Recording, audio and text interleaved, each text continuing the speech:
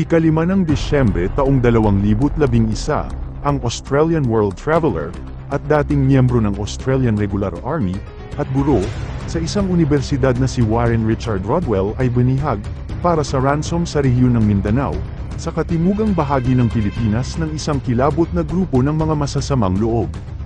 Sa kanyang 472 na araw ng pagkabihag, ay inilipat-lipat siya sa iba't ibang taguan sa kagubatang isla ng Basilan at Tawi-Tawi, na sa kalaunan ay pinalaya ng mga bumihag sa kanya, ilang kilometro lamang mula sa kung saan siya orihinal na dinukot. Bakit nga ba siya binihag ng mga kilalang grupo na ito? At sino nga ba ang mga grupong ito? Yan ang ating aalamin sa ating kwento ngayon. Kaya kung bago ka palang napadpad sa channel na ito, at kung gusto mo ng mga kwentong katulad nito, ay mag-subscribe ka na, at huwag kalimutang i-like, at pindutin ang notification bell, para lagi kang updated, sa mga kwentong kagaya nito. Si Warren Richard Rodwell, na 54 na taong gulang ay isang Australian traveller, at dating miyembro ng Australian Regular Army, at guro, sa isang universidad sa Australia. Nakapag-asawa siya ng Filipina at nanirahan sila sa bayan ng Ipil, sa probinsya ng Zamboanga, Sibugay.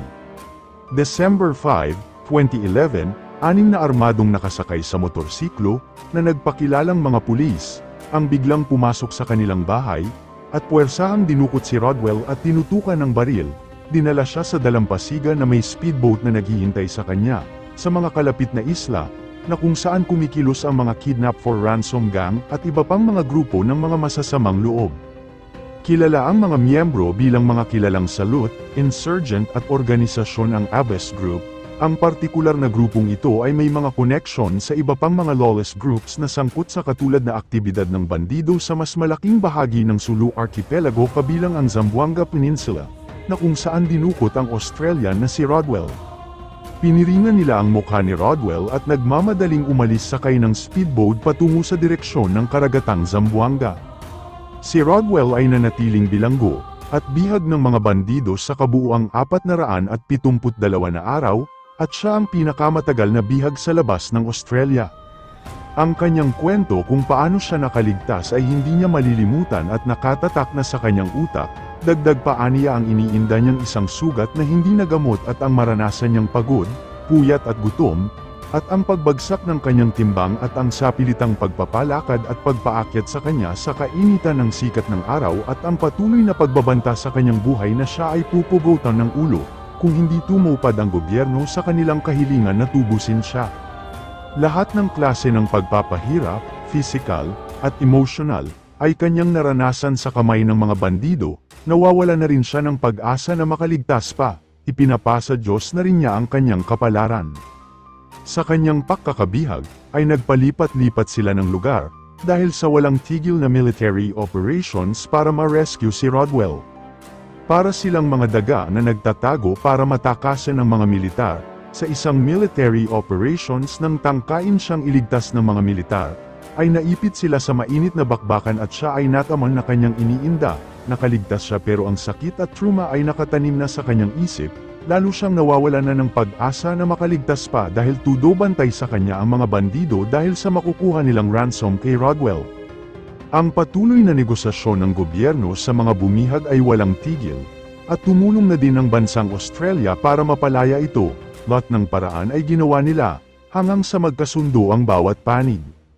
March 23, 2013, matapos tiisin ang isang napakasakit na pagsubok kanyang buhay, sa wakas ay pinalaya na rin si Rodwell, ibinaba at iniwan siya at pinalaya na, ilang kilometro lang, mula sa kung saan siya orihinal na dinukot.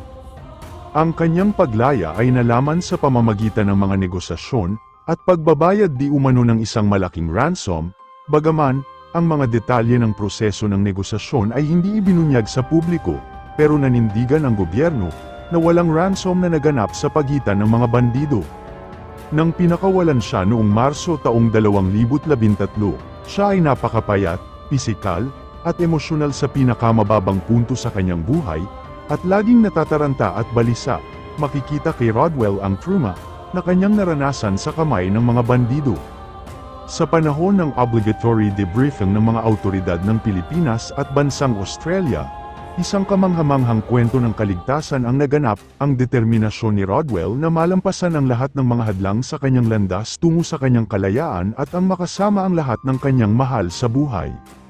Pagkatapos ng kanyang paglaya, muling nakasama ni Rodwell ang kanyang pamilya, at bumalik sila sa Australia. Ang kanyang pagkakabihag, at kasunod ng pagpapalaya, ay nagbigay diin sa mga panganib na kinakaharap ng mga dayuhan sa ilang mga lugar sa sulok na iyon ng Pilipinas, at ang mga hamon para sa pagharap nila sa mga militanteng grupo sa dulong bahagi ng bansa. Ano ang masasabi mo sa ating kwento ngayon? Mag-comment ka lang, at ating babasahin, at muli, hanggang sa susunod pa nating kwento.